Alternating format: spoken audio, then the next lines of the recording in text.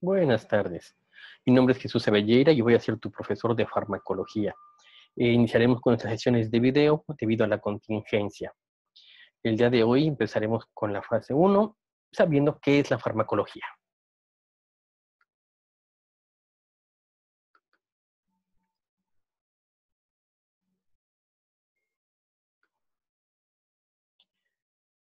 Iniciando, empezaremos qué son los principios básicos de la farmacología, el concepto y la evolución histórica de la farmacología. En nuestro temario está dividido en 4 unidades y empezaremos con los principios básicos de la farmacología. Posteriormente aprenderemos qué es la farmacocinética, la farmacodinamia y la unidad de farmacovigilancia. Empezaremos con los conceptos de evolución histórica de la farmacología y sus ramas respectivamente. La farmacología es la ciencia que estudia los productos o sustancias, ¿sí?, que tienen un efecto biológico, o sea, que pueden afectar a una célula. Su composición química, ¿sí?, sus fuentes, de dónde se obtienen, y sus propiedades químicas, o sea, qué propiedad en el organismo tienen estas sustancias. Entonces, un fármaco, ¿sí?, es una molécula bioactiva que en virtud de su estructura, ¿sí?, de estructura química, puede interactuar con macromoléculas, normalmente son con proteínas. Esas proteínas normalmente se les llama receptores porque se encuentran en una membrana. Hay algunos receptores que son citoplasmáticos, o sea que se encuentran flotando en el citoplasma, y algunos se encuentran, ¿sí?, y dentro del núcleo de la célula, dando lugar a una acción, ¿sí?, y por lógico se puede ver esa acción, ¿sí? Podemos darnos cuenta que esa sustancia está afectando de determinada manera a la célula. Bueno, vamos a leer una pequeña frase que dice: la colaboración intelectual entre dos individuos puede producir una fusión entre ambas esferas de conciencia de un grado tan increíble que pueda incluso, ¿sí?, llegarse a confundir en una unidad empírica. ¿Qué nos quiere decir esto? ¿Sí? Cuando dos personas se unen para estudiar algo, pueden tener puntos de vista diferentes, pero también puntos de vista comunes. Con esos puntos de vista comunes son más grandes, ajá, esta unidad empírica puede crear una idea, que es así exactamente como empezó a tener un fuerte la farmacología. Como personas utilizando ciertas sustancias o ciertas plantas se daban cuenta que tenían algún efecto, ¿sí? Entonces, esas personas se daban cuenta que esa planta, ajá, daba ese efecto.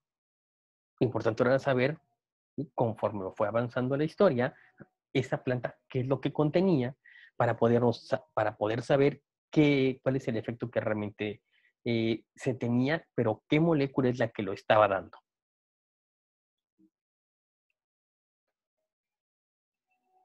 Lo que observamos no es la naturaleza en sí, sino la naturaleza expuesta a nuestro método de cuestionamiento. ¿Esto qué nos quiere decir? ¿Sí? Que los métodos de cuestionamiento todos van dependiendo del lugar en donde estemos, ¿sí?, y de la época en la que estemos. ¿Sí? Por eso cada fármaco, cada sustancia va a tener algún punto diferente, ajá, se le va a considerar con alguna propiedad, ¿sí?, dependiendo en la época en la que haya sido descubierto. Y posteriormente, gracias al conocimiento de la química, esas sustancias se fueron descubriendo y conociendo si eran buenas o malas para el cuerpo humano. Pero bueno, la farmacología, ¿qué nos indica, no? ¿Qué es lo que quiere estudiar? Pues cómo funciona, ¿no? Desde la antigüedad es cómo funcionan esas plantas, cómo funcionan esos líquidos que se extraían de las plantas, cómo funcionan esos elixir, esas pociones, ¿no? ¿Cómo funcionan? Es lo que nos quiere decir la farmacología.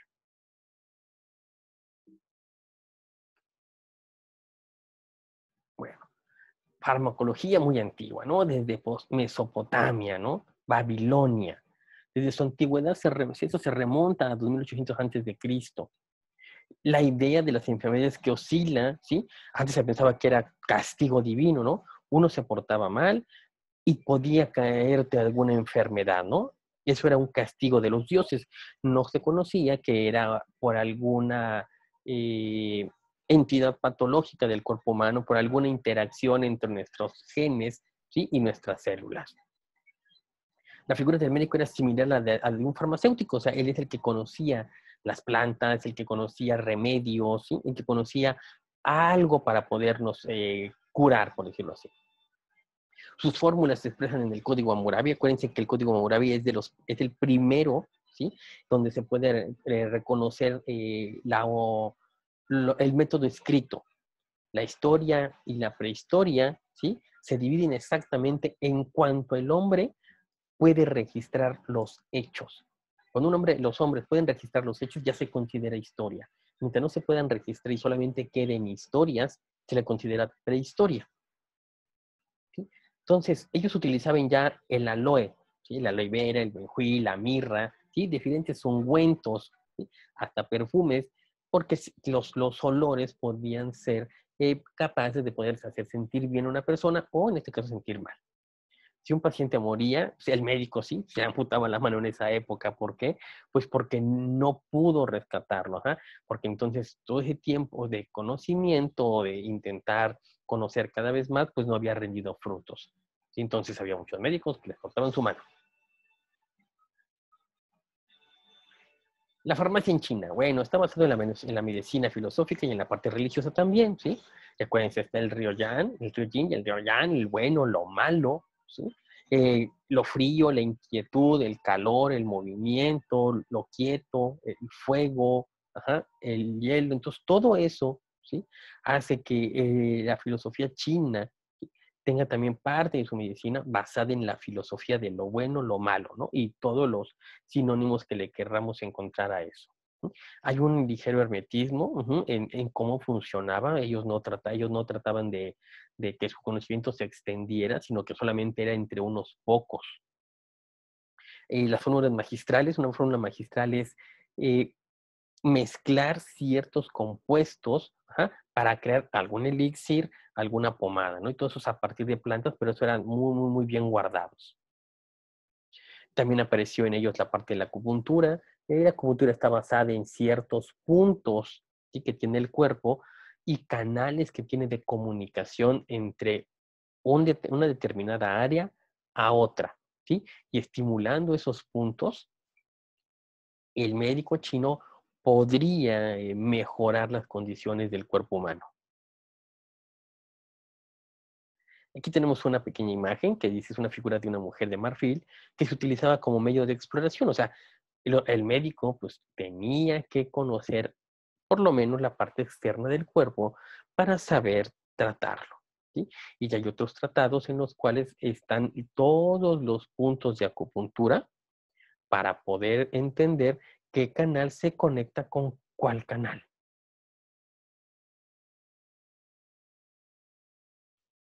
¿Sí? Otro tipo de medicina, pues es yéndonos al antiguo Egipto. Bueno, otro método ya de registro son los papiros, ¿sí? Ya no solamente el cuneiforme, ¿no? La escritura egipcia es muy diferente, es en base de jeroglíficos que representan alguna idea o alguna acción.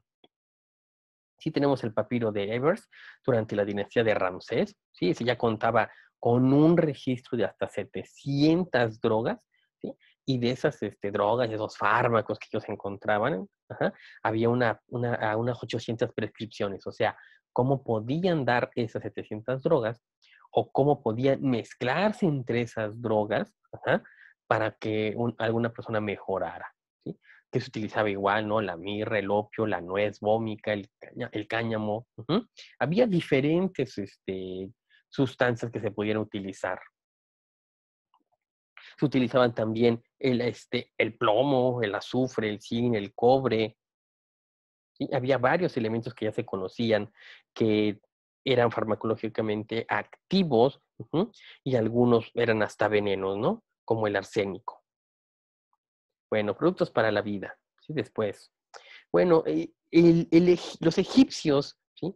También como podemos ver en diferentes películas, la cosmetología, ¿sí? Era empleada tanto igual como para los hombres como para las mujeres, ¿no? Utilizaban ciertos productos en la piel, ya era para verse mejor o por los diferentes estatus que tenían, ¿sí? Estos productos pueden ser variados, ¿sí? Algunos eran para mejorar el sueño, para curar heridas en caso de la guerra o de accidentes. Y también algo muy importante que se ha visto desde la antigüedad es aumentar la potencia sexual, ¿sí? Eran expertos en la manipulación de distintos tipos de veneno. Eh, Posteriormente, en la parte de farmacología, tendremos algún espacio para una plática que es los venenos desde la antigüedad hasta nuestros tiempos. ¿Sí? Su ciencia, otra parte de ellos era la técnica del embalsamamiento, o sea, cómo creaban las momias, o sea, cómo entendieron con qué sustancias, ¿sí?, hacían para preservar, ¿sí?, la carne muerta del cuerpo humano.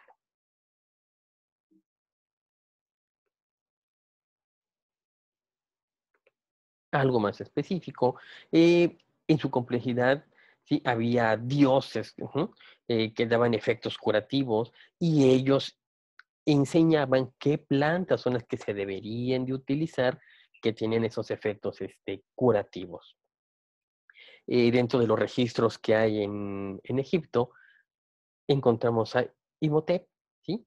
Que igual aparte de ser un arquitecto constructor, ¿sí?, también se considera el primer médico sacerdote, y lo hemos visto en alguna película por ahí.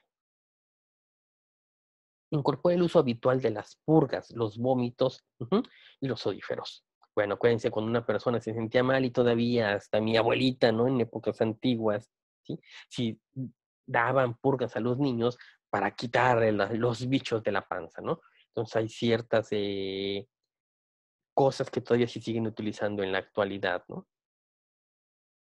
Bueno, empeñaban el beleño, la escisa, la mandrágora, ¿sí?, y otras sustancias en esa época para, mejorar las condiciones del cuerpo humano, ¿sí? Se crean los botiquines de viaje para los faraones, que tienen que ir de un lugar a otro, llevaban todo lo necesario por si el faraón se llegara a enfermar. Hay que tener en cuenta que en esa época los faraones pues, no vivían mucho tiempo, ¿no? La esperanza de vida era relativamente corta por todo lo que podría pasar entre guerras, entre asesinatos y pues enfermedades. Pero la sociedad trataba de estar lo más actualizada, ¿sí?, en la parte de la farmacología. Bueno, pues una vez como ya vimos aquí en las primeras láminas, ya empieza a aparecer la figura del médico, ¿no? En la parte del acto médico, la persona que tiene el conocimiento necesario, para poder detectar alguna enfermedad, ¿sí?, y poder tratarla con lo que se tiene a la mano dependiendo la época de la que estemos hablando.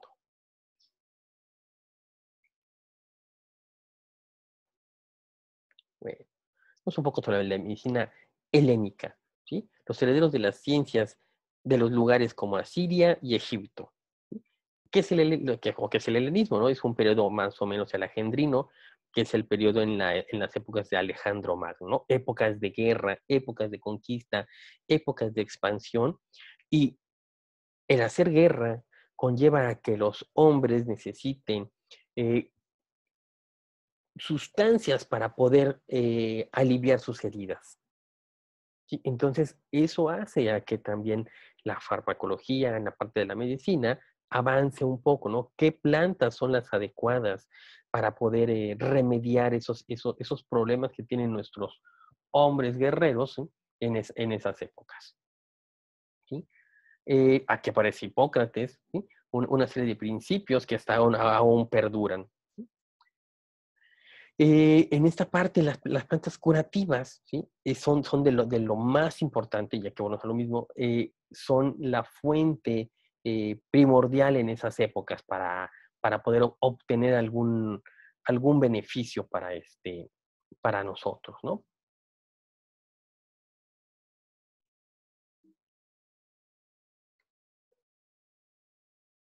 Bueno, otra parte importante de la historia es la mitología griega bueno, relacionada con la farmacología, ¿no? Tenemos a Asclepio, ¿sí?, que es hijo de Apolo, que se le considera el dios griego de la medicina. En este caso, a Esculapio para los romanos.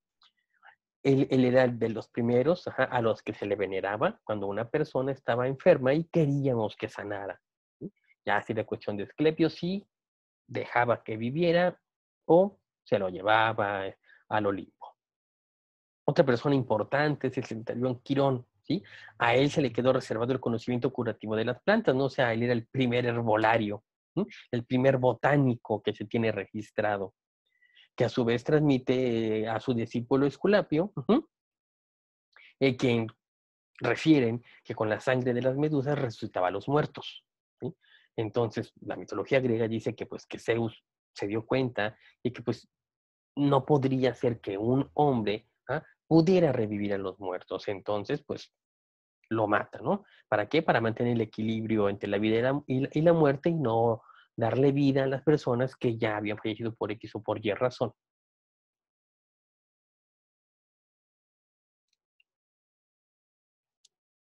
Dentro de la mitología griega igual, ¿sí? Tenemos a las dos hijas de Esculapio, Higia, diosa de la medicina, ¿sí? Y origen de la palabra higiene, Higia, higiene, que portaba siempre un tazón, ¿sí? Con una serpiente enrollada, como lo vemos en la imagen, ¿sí? Y pues, igual, ¿no? Es el actual de la farmacia, el actual logo de la medicina, y su hija Panacea, ¿sí? Que es experta en los efectos beneficiosos de las plantas curativas. Entonces empezamos a separar exactamente, ¿no? La parte del herbolaria y la parte de ciertas sustancias que no son de origen exactamente de alguna planta de origen herbolario para utilizarlas para curar a las personas. Bueno, la medicina griega, ¿no? Tiene una relación lógica con los síntomas y las enfermedades, ¿sí? Ellos empiezan a darse cuenta, de que pues no solamente es un efecto mágico, ¿no? No solamente es un efecto de los dioses, sino que hay una relación con lo que haces, ¿sí? Con tus síntomas. Como la mayoría de las personas que tienen tal enfermedad presentan ciertos síntomas. Recopilan, sí, casi todo el saber de la época en sus distintas escuelas, ¿sí? De las distintas lugares del Mediterráneo, de Medio Oriente, ¿sí? Ellos empiezan a recopilar todo ese conocimiento. Ujú. ¿Para qué? Para poder mejorar ellos en la aplicación de su medicina. Bueno, la metodología de la medicina griega, pues, tiene también sus bases. Ellos empiezan a explorar al paciente, ¿sí? A tocarlo, ¿sí? Si nos damos cuenta en la parte de la medicina china, que había figuras para que pudiésemos eh, conocer el cuerpo humano, ¿no? Vean cómo es por fuera y pudiésemos entender qué le podría estar pasando, ¿sí? El examen de las excreciones, acuérdense, que hasta el día de hoy es importante, ¿no? Saber la excreción de el moco, ¿sí? Las heces, ¿sí? Como dice al final, ¿no? El estudio de la orina. Ujú. Empiezan que el cuerpo tiene sonidos especiales en cada parte o cómo suena el cuerpo, ¿no? Con determinados movimientos, ¿sí? Y entonces a tocarlo. Y aquí empieza a aparecer la parte básica de la medicina, ¿no? Lo que todo médico o enfermera hace, ¿no? Explorar al paciente, o sea, verlo, explorarlo, ¿sí? La palpación, la percusión. Y ellos empiezan a darse cuenta que es importante que la persona que es el médico, ¿sí? Pues, deba tocar al paciente para darse cuenta qué es lo que tiene. Su farmacopea, o sea, sus recopilados farmacéuticos es muy variado. No solo se basa en derivados de plantas, ¿no? Tenemos el nepetes, el opio, el beleño, ¿sí? Las cannabis.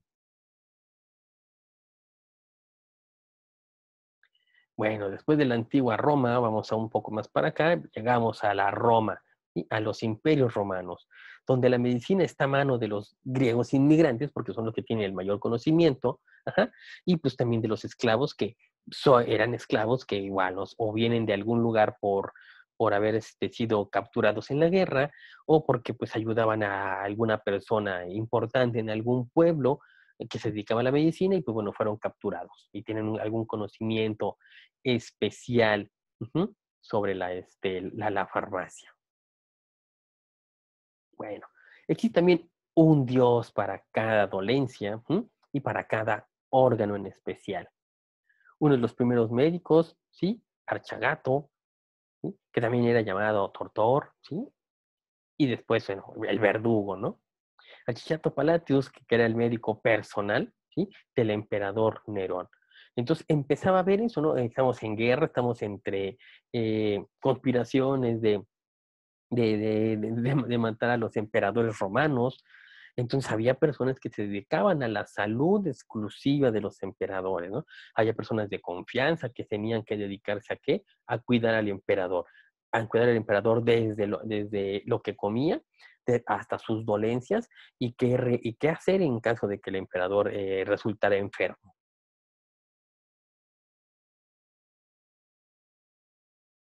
En Roma. ¿Sí? Y la farmacología, bueno, no avanzó mucho, pero la única que sí avanzó fue la de los venenos. Como les vuelvo a comentar, si en próximas sesiones se habla de, ya que regresemos, hay una plática especial de los venenos. Entonces, de esa plática hablamos del Imperio Romano, como en el Imperio Romano, ¿sí? Dentro de las ciencias que avanzaron fue la de los venenos. Ellos avanzaron mucho sobre cómo encontrar un veneno que no podía ser detectado, ¿sí? Ya se hace por sabor, ya se hace por olor, ¿no? Entonces Roma tiene dentro de sus tecnologías el avance en los venenos. Como lo comentamos, las peleas de poder eran muy importantes en esa época.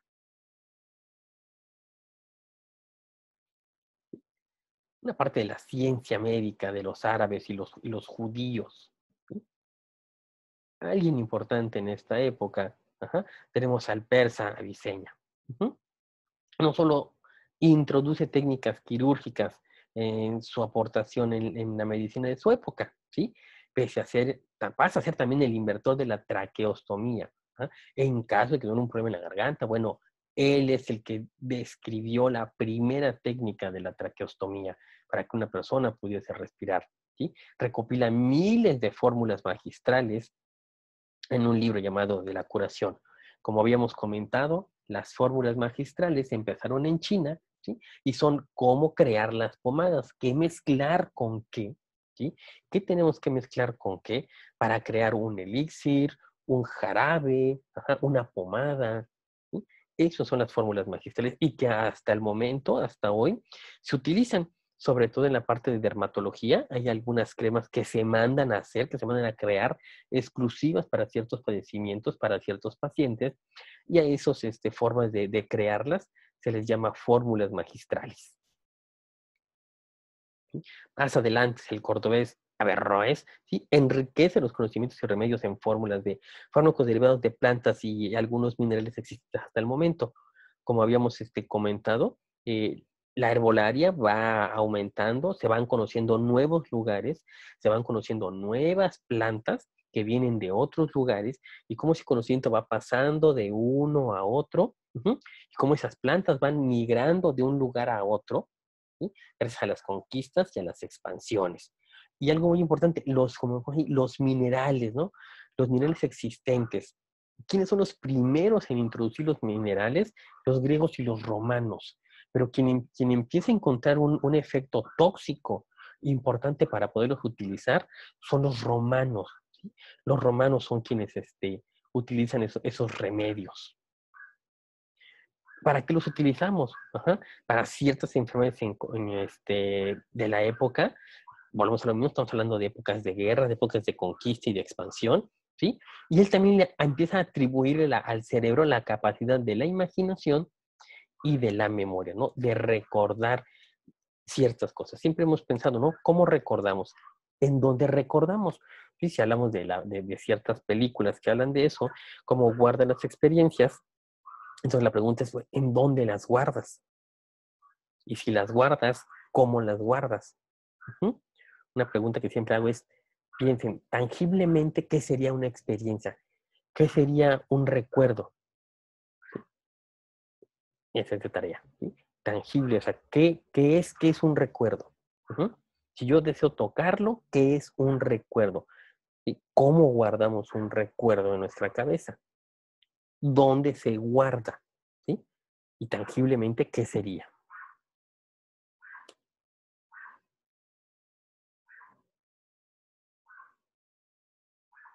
Aquí tenemos las primeras boticas, ¿no? Los primeros lugares en donde podían ir a conseguir ciertos fórmulas magistrales, ¿no? Ciertos medicamentos, por decirlo así, de la época.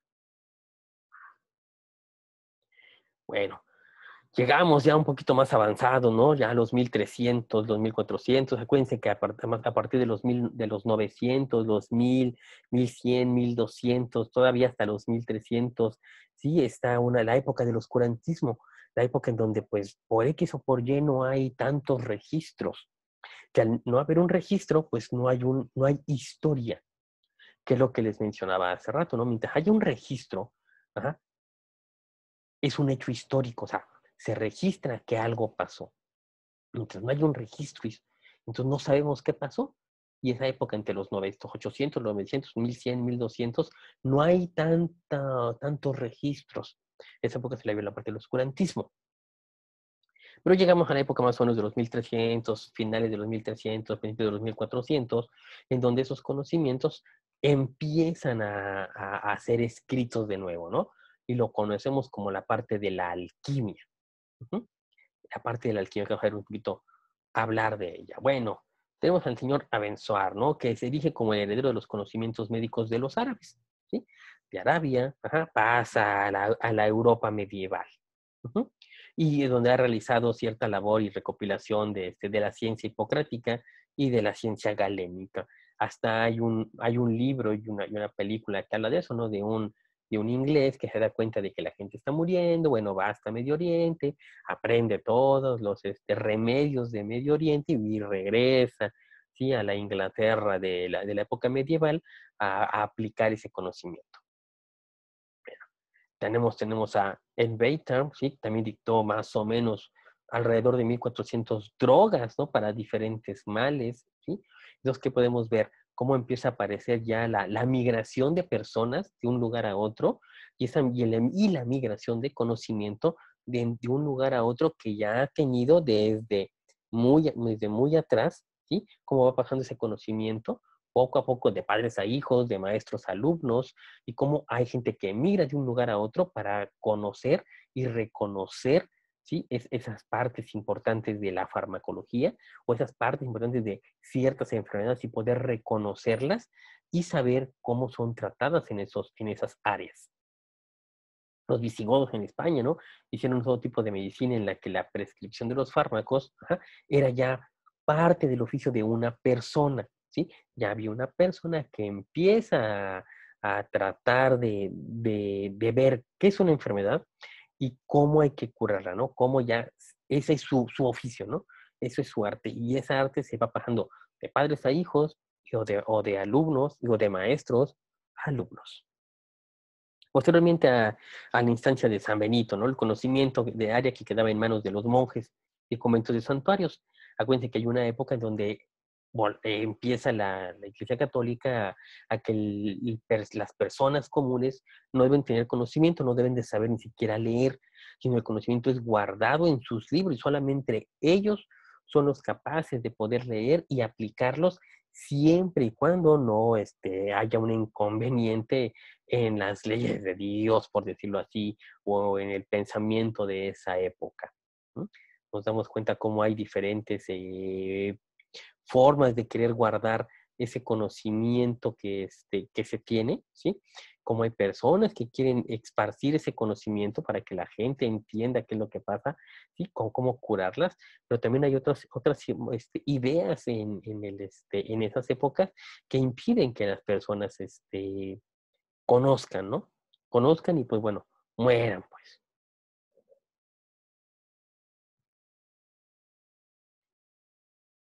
Ay, perdón, aquí de este lado, ¿no? Nos brincamos uno, ¿no? En la medicina hebrea, ¿no? Aportaba la idea de que todos los remedios procedían de Dios, ¿sí? Estamos hablando de los hebreos, ¿no? Y cómo funcionan esos criterios de higiene. Ujú. Entonces, pues bueno, ¿no? Por eso hay alimentos prohibidos. Por eso el cerdo, los judíos no lo comen, ¿sí? El conejo, la liebre, determinados pescados. Ujú. Y bueno, la aplicación de sangrías, ujú, o sea, quitar sangre, ¿sí? ¿A partir de qué? De sanguijuelas. Las sanguijuelas pueden ser como unos gusanitos que se pegan y son hematófagos. Entonces toman sangre. como hasta la fecha las sangrías para determinadas patologías de origen cardíaco todavía se utilizan, ¿sí? Entonces, vean, desde la antigüedad ya se conocía que quitar sangre a una gente, a alguna persona con alguna patología dada, era importante. ¿Sí? Aquí tenemos un laboratorio de alquimia medieval, ¿no? Pero, ¿qué es la alquimia?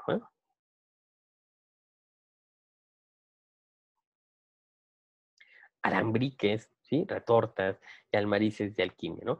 Empezaban a hervir, a usar el fuego, a querer separar cosas, ¿sí? Entonces, eso hace a que empiece a aparecer la medicina medieval. ¿Pero a quién? Sobre todo, pues, a las gentes de clase alta, ¿no? La medicina medieval de la realeza. Eso hace también que poco a poco nos empecemos a dar cuenta de que hay ciertas patologías por ciertos errores de las personas que hacen la medicina, ¿no? De los médicos de esa época. Como hay médicos que empiezan a darse cuenta de eso.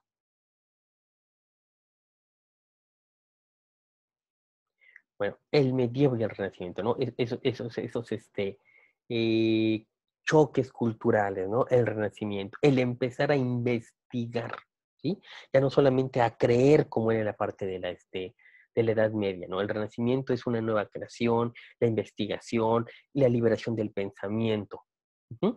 La introducción de ciertos compuestos químicos unidos a los ya conocidos, ¿no? Empezar con la fitoterapia, ¿no? Las plantas, ¿sí? Propició la idea de poder encontrar a través del fuego ciertos resultados. Ujú. Crear, no, ya no tanto las fórmulas magistrales, sino ya que le denominan ahora un elixir mágico, una pócima afrodisíaca, ¿no? La transformación de sustancias. A eso es a lo que estamos hablando cuando hablamos de la parte de la alquimia, ¿no? Esa creencia de que hay sustancias, sí, que van a ser mágicas, ¿sí? Hay sustancias que van a ser afrodisíacas, que ya lo hemos visto antes, ¿no? La parte del origen de una mejor vida sexual. Ujú. Y la transformación de sustancias. Antes se creía que se podía, por métodos de fuego y de combinación de ciertas sustancias, transformar el plomo a oro.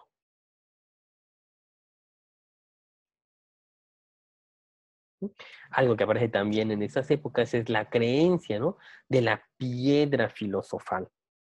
¿Sí? La piedra filosofal, ¿sí? Que no se sabe si es una piedra, un elixir, una tintura, pero la hemos visto en diferentes películas, ¿no? En algunos que es una piedra, otros que es una piedra que tiene un líquido adentro, la que es líquida, bueno, al final de cuentas es una historia, ¿no? Que según las ideas imperantes en la Edad Media, pues es una sustancia mágica que puede dar la transformación de los metales, como quedamos, ¿no? Transformar el plomo, transformándolo a oro. Y en algunos lugares se cree que hasta la plata, ¿no? O curar todas las enfermedades, ¿sí? Dar vida prolongada, ¿sí? Y devolver la juventud.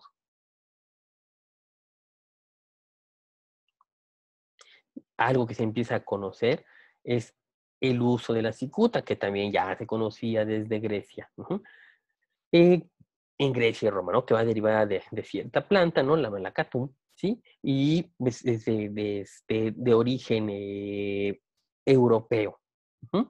Muy fácil, es mezclable con cualquier otra bebida. Ajá. La ventaja de aquí es que es letal. Ujú. Entonces, como les digo, ¿no? En la parte de toxicología vamos a hacer una plática donde todos estos los vamos a ir describiendo poco a poco qué es lo que contienen y qué es lo que causan, ¿sí? Su empleo en Roma imperial fue muy importante. ¿Para qué? Para poder liberarse de algún rival político o por venganza simplemente.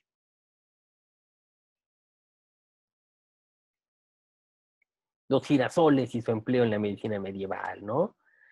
Y más parte del Renacimiento, más que nada, ¿no? La planta, ¿de dónde viene? De América, ¿sí? El girasol es americano y adquiere una imagen semimágica debido a su especial propiedad, ¿no? Fotorreceptora, ¿sí? De que da orientación lumínica, ¿sí? Entonces gira dependiendo de dónde esté el sol porque tiene fotorreceptores. ¿Sí? También sus semillas se hacen importantes, se hacen populares, ¿no? La semilla de girasol, ¿no? Las pepitas de girasol. ¿sí? Ya que contienen cierto aceite, ciertas grasas insaturadas, como el aceite linoico, y también son altas en vitamina B, perdón, y se dan cuenta de que son importantes su consumo.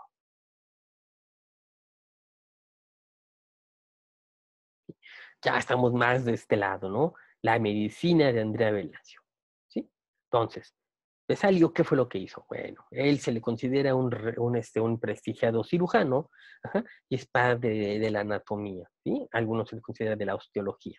Describe el esfenoides, ¿sí? Hueso de la mano, ajá, contradijo las teorías de Galeno, ya que empieza a utilizar un poquito el método científico, y para poder conocer cómo el cuerpo es por dentro, no se podían cortar cuerpos humanos, entonces diseccionaba monos y realizó estudios sobre la sangría. La sangría, como vemos, es el estudio de quitar un poco de cantidad de sangre, y fue el primero en descubrir, sí, que el corazón tenía 4 cavidades.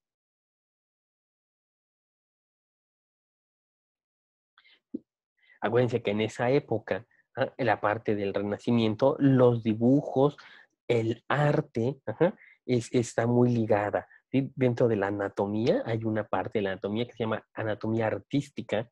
Es con la que podemos ver ahorita, ¿no?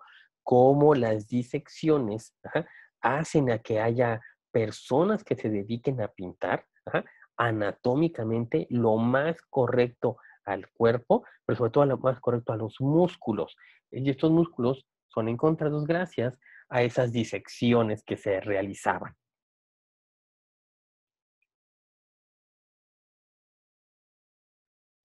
Tenemos a Paracelso, ¿sí? ¿Qué hace Paracelso? ¿No? Paracelso es un alquimista, es un astrólogo, pero también es un médico suizo, ¿sí? Introduce el empleo del laudano, el uso del zinc, ¿sí? Y incorpora el término sinovial, ¿sí? Acuérdense que en nuestras articulaciones, como en el codo y la rodilla, tenemos una cápsula fibrosa y proteica que se le llama membrana sinovial, ¿sí? Trabajó en alquimia, ¿sí? Con el azufre, el mercurio que es tóxico, y el cloruro de sodio, ¿no? La sal y ciertas sales. La palabra, ¿sí? La palabra espargina, que es del griego spau, ¿sí? Que es extraer, ajá, y la palabra gerio, que es reunir. Entonces, él como alquimista, ¿qué hace? Bueno, extrae, ¿para qué? Para poder reunir ciertas sustancias y ver si son de carácter farmacológico positivo. También empieza a producir ciertos fármacos, ciertas sustancias, ajá, porque ya extrajo y ya reunió a partir de plantas, ¿sí? Con la idea que empezaba también a extenderse en Europa, y que aún se usa en Europa y también en América, que es lo similar, cura lo similar, que es la base de la medicina homeopática, ¿no? Similar, similus. Entonces, lo similar cura lo similar. Bueno, algo importante en la farmacología es las plagas, ¿sí? Ahorita que estamos en una pandemia, es importante reconocer que dentro de todas las culturas ha habido ciertas enfermedades, ¿no? Ya sea de que se han caracterizado por ser de carácter divino, o realmente se han caracterizado por reconocer el agente. Ajá, el agente causal de esa plaga, el agente patógeno de esa plaga, ¿no? Tenemos desde la peste negra, que se le considera igual a peste bubónica, neumónica, ¿sí? Que causa septicemia en el hombre, y que, bueno, que contrajo más o menos 75 millones de vidas en Europa, ¿sí? Todo lo que es Inglaterra, todo lo que es Europa, casi llegando hasta Medio Oriente, aunque no se sabía todavía, porque poco a poco se fue descubriendo, ajá, que había otro tipo de agentes, ¿sí? Que ya no era solamente por magia o por castigo divino, sino que eran algunos agentes biológicos muy pequeños, ujú, que eran los causantes de. Y como mencionamos aquí, ¿no? Como a partir de la marmota china llega la rata llega a Europa, ajá, porque vino en algún transporte desde China, en algún barco desde China, ¿sí? Y esa pulga pues pica al hombre, ¿sí? Entonces quiere decir que esa falta de higiene en esas épocas, ¿sí? Conlleva a las plantas, ¿no? Y empezamos a ver cómo empieza a haber agentes patológicos causales de que pueden pasar de un animal a otro, en este caso por un animal vector, que sería la pulga, y como ese mismo animal vector, que es la pulga, puede picar a un hombre, digo, picar a una rata primero, que esté contagiada, y picar al hombre, y que nos contagie de alguna enfermedad. ¿Sí? Ese tipo de plagas y ese tipo de cinética en ese tipo de microorganismos, pues se ve en la parte de epidemiología. ¿Sí? Otra tenemos la malaria, la viruela, que se refiere que ya está erradicada del mundo, la viruela. También tenemos todavía el cólera, ¿sí? La gripe española. Bueno, ahorita se me olvidó poner el H1N1, la influenza, que también es parte de el VIH-Sida, y ahorita pues tenemos la parte del coronavirus. Pero todo esto hace a que la parte farmacológica empiece a funcionar a marchas, ¿sí? Un poquito más rápido, descubrir con qué me puedo yo curar, con qué sustancia me puedo yo curar, ¿no? O con qué fármaco ahora me puedo yo curar. Pero para eso, pues tenemos que empezar a conocer, ¿sí? ¿Qué es la anatomía y la farmacología? Otra persona importante, Lázaro Spallanzini, ¿no? Que fue un sacerdote católico. Acuérdense, tenemos otros sacerdotes también que al estar en los monasterios empiezan a tener la idea de que algo pasa, ¿no? Entonces, aquí a Lázaro, él es un naturalista italiano y empieza a experimentar, ¿sí? Sobre el jugo gástrico, ¿no? Sobre cómo es la función digestiva. Ujú. Cómo funcionan los gases. Ujú.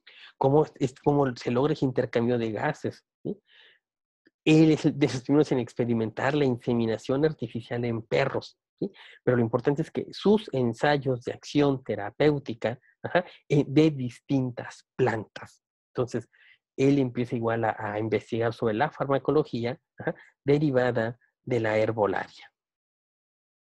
¿Sí? Otro sacerdote católico muy importante alrededor de estas épocas es Gregorio Mendel, que él es el que empieza a ver cómo el intercambio de las características genéticas, ¿sí? Cómo va a haber un intercambio y cómo más o menos puede predecir ese intercambio de características genéticas. Entonces, esos sacerdotes que vivían en esos conventos empiezan a tener una liberación de su pensamiento y son capaces de poder experimentarlo.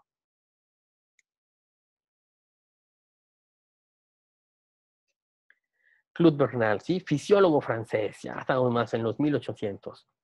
Él tuvo la idea, ¿sí? Y la invención de la farmacodinámica, ¿sí? Que vamos a ver posteriormente en otros videos o en clases presenciales si ya se permite, ¿sí? Habla de la acción del fármaco, ¿sí? De la acción, se ocupa de la localización de puntos de acción de los fármacos, o sea, en dónde actúan las sustancias, ¿sí?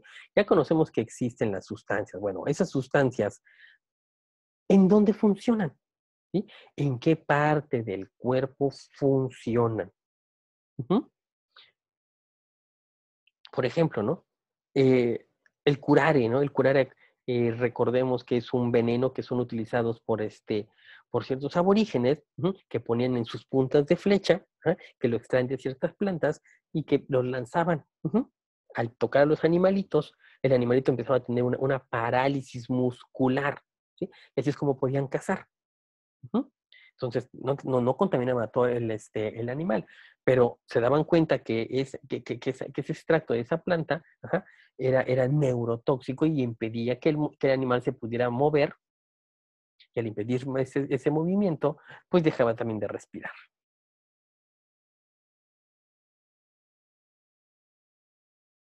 Empezamos a entrar a la edad de oro de la farmacología, ¿sí? Digo, de la microbiología.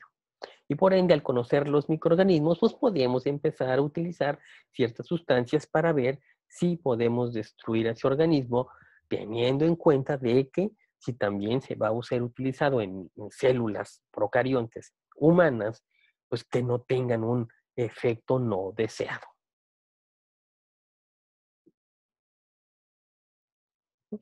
Tenemos la bacteriología de Robert Koch, ¿sí? Es el médico alemán, padre de la bacteriología, premio Nobel en 1905, descubre el bacilo de la tuberculosis, del anthrax y del cólera, pero con ello abre la puerta de la posibilidad terapéutica Ya que conocemos a los microorganismos, ok, ya podemos estudiarlos y jugar con ellos, con ciertas sustancias, para saber qué los puede eliminar. Ujú. En este caso, pues la terapéutica es la vacunación, sí, el empleo de la farmacología específica, que son cosas diferentes. ¿Sí? Conocer cuáles son los efectos de la vacunación, conocer los anticuerpos, sí, que se verán en clases un poquito más avanzadas de farmacología, en una clase de inmunología, y el empleo de fármacos específicos, ¿sí? Específicos para cada enfermedad. O sea, cómo evitar que ese tipo de bacilo, ajá, pueda reproducirse o pueda infectar a las células.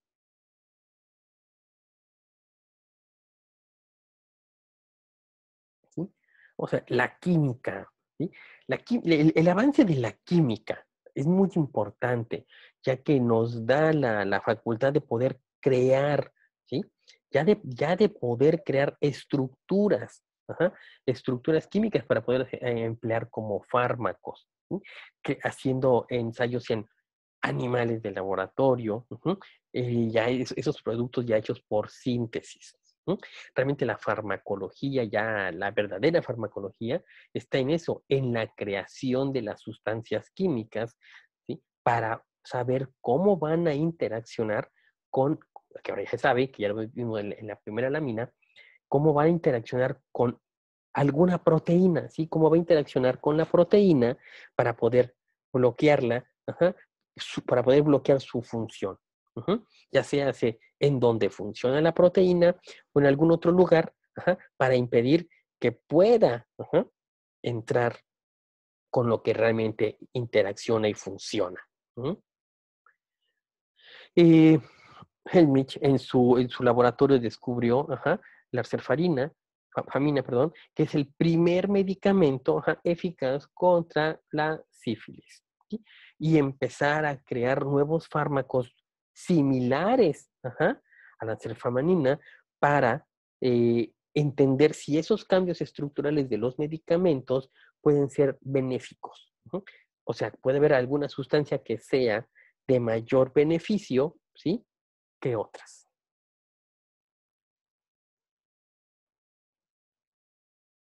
La antibioticoterapia de Alexander Fleming. ¿Sí? La ciencia de la casualidad, ¿no? El cómo descubrió, ajá, que el hongo creaba una sustancia, ajá, el hongo que crea la penicilina, crea una sustancia la cual es capaz de destruir, ajá, y matar a cierto grupo de bacterias. ¿Sí?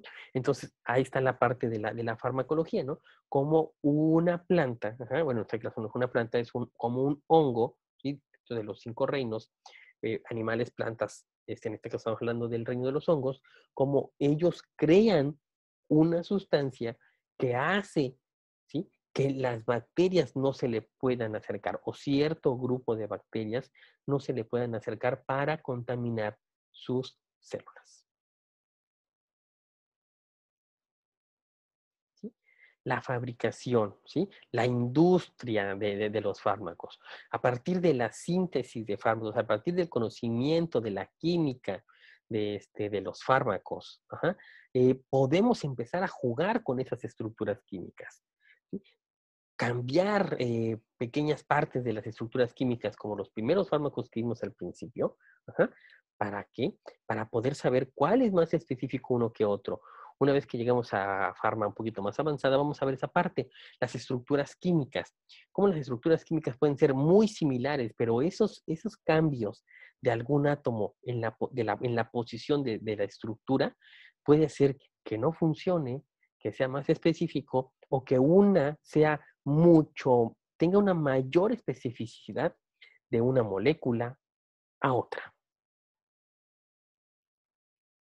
¿Sí? Y por último, ¿no? Dentro de la farmacología, el uso de los placebos, ¿no? Sustancias químicas que no tienen un efecto farmacológico, ¿sí? Que simplemente son pastillas que nos dan para saber si no hay un efecto eh, psicológico y de mejoría contra un fármaco nuevo. Que es igual, lo vamos a ver en farmacología un poquito más avanzada, cómo se hacen los estudios farmacológicos. Que ahorita es lo que está ahorita de moda, de lo que pueden escuchar en las noticias, ¿no? ¿Cuándo va a salir el fármaco para? Ok, es una estructura nueva, es un virus nuevo, tenemos que probarlo, pero también tenemos que tener eh, poblaciones a las cuales se les dé placebo, ¿sí? Que no se les dé nada para ver si mejoran. Pero también aquí vienen las partes de la ética, ¿sí? Si es ético tener grupos de control. Ujú. Un grupo de control es aquel al que no se le dio nada, ¿sí? Hay un grupo que no se le da nada y ver qué pasa, cómo la enfermedad avanza. Otro grupo de ver cómo la enfermedad avanza dándole un placebo, ¿no? Diciéndole que es el medicamento mágico milagroso que lo va a curar y ver si realmente eh, tiene un beneficio, ajá, contra las personas que sí se les va a dar el medicamento, ¿sí? Entonces, eso es lo que hace para poder saber si un medicamento realmente sí va a funcionar. Ujú. Y que qué tal que si todas las personas aparentemente se recuperan, sabiendo que a una no les dieron, sabiendo que a otras les dieron un placebo y sabiendo que a otras les dieron el medicamento. Entonces eso nos indicaría que la recuperación de las personas no fue gracias al medicamento,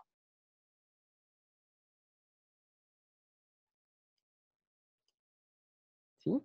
Entonces esa es la parte de la historia de la medicina, ujú, como de la medicina y de la farmacología, ujú, cómo estamos avanzando en la parte de la farmacología, ¿sí?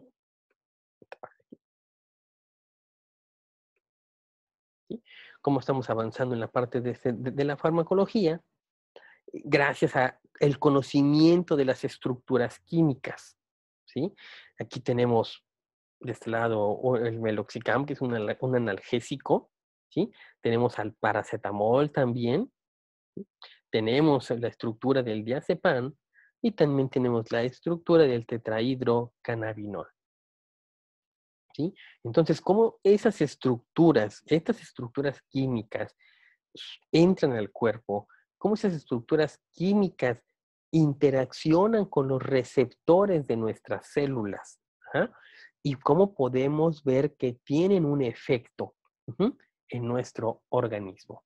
Esa es la parte que vamos a empezar a aprender. Ujú. Cómo estas cosas, cómo estas moléculas entran, ¿sí? Cómo interaccionan con nuestro organismo y cómo son eliminadas. Bueno, esta es la plática número uno. Espero les haya gustado. Vamos a encontrar algunas actividades de conocer ciertas definiciones, farmacocinética, farmacodinamia, farmacología, fármaco, ujú, para que podamos empezar a introducirnos a este conocimiento ujú, y podamos también entender, ajá, ya que estamos ahorita en una pandemia, conocer ¿sí? qué es, realmente cuáles serían los tiempos en los que podemos esperar que una vacuna salga, ¿sí? Y el conocimiento de que un fármaco, cómo se debe de probar, ¿no? ¿Cuál es realmente el método científico correcto para poder probar un fármaco? Ujú. Y saber si ese fármaco realmente está funcionando. ¿Sí? Porque pues podemos ser muy entusiastas en pensar que ya están probando fármacos, ya vamos a salir de esto, pero pues realmente cuando las personas que sí conocen de farmacología, las personas que sí conocen de inmunología, saben que cuando dicen llamerito, no es llamerito, ¿sí? Un llamerito es aproximadamente un año porque hay que hacer pruebas, hay que ver que ese medicamento no tenga problemas posteriores al uso de, ¿sí? ¿Por qué? Porque estamos mezclando una sustancia a un organismo nuevo, ajá, que no sabemos que ese microorganismo cómo va a tratar de defenderse contra este nuevo fármaco, ¿no? Que no conoce. Es como nosotros. Nosotros cuando nos enfermamos, todas nuestras células trabajan para defenderse, ¿sí? Y no estamos hablando de que nos infecte un microorganismo, ¿no? Cuando nos intoxicamos por alguna molécula que no conocemos, nuestro sistema trata de funcionar para que no afecte a muchas de nuestras células, ¿no? Entonces, todo microorganismo siempre va a tratar de buscar la forma de defenderse contra moléculas que impidan, ¿sí?, sus ciclos de vida. Entonces, esa parte hay que tratar de entenderla.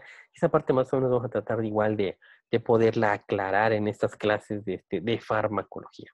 Ujú. Entonces, si tienen alguna duda, voy a dejar un foro abierto en su plataforma para que podamos platicar si tienen alguna duda. Voy a dejar ahí el correo igual, ya lo vieron aquí por cualquier duda que pudieran tener, ¿sí? Pero si no, en el foro, voy a dejar un foro allá en su plataforma para que podamos revisar alguna pregunta que pudieran tener ustedes. Y les voy a dejar igual algunos, algún libro o algunos artículos para que puedan leer y conforme sus dudas vamos a ir subiendo otro tipo de material y conforme vayamos avanzando en las clases igual para que puedan estar un poquito más actualizados en estos temas. Los que ya conocen y los que no conocen se empiezan a empapar, ya que la farmacología también es muy importante en la parte de ustedes como enfermeros. Y puedan entender lo que se habla hoy sobre esta pandemia y cómo pueden aplicar su conocimiento farmacológico y cómo pueden entender lo que están hablando los expertos, ¿sí?, en ser positivos y qué tan positivos debemos de ser y en los tiempos que debemos de esperar en esa parte positiva. Ujú. Entonces, pues, los dejo. Reitero mi nombre, soy Jesús Abelleira. Yo soy médico de licenciatura. Tengo una maestría en toxicología y farmacología y tengo un doctorado en educación aplicado a ciencias. Entonces, pues vamos a dejar nuestro foro abierto para preguntas y respuestas y les dejo este video para que lo puedan estar viendo las veces que quieran durante el tiempo que sea necesario para aclarar sus dudas. Entonces, es un gusto estar con ustedes, todavía no los conozco, espero conocerlos y poder aclarar sus dudas, ya sea por este medio o en el foro. Muchas gracias y nos vemos la próxima semana.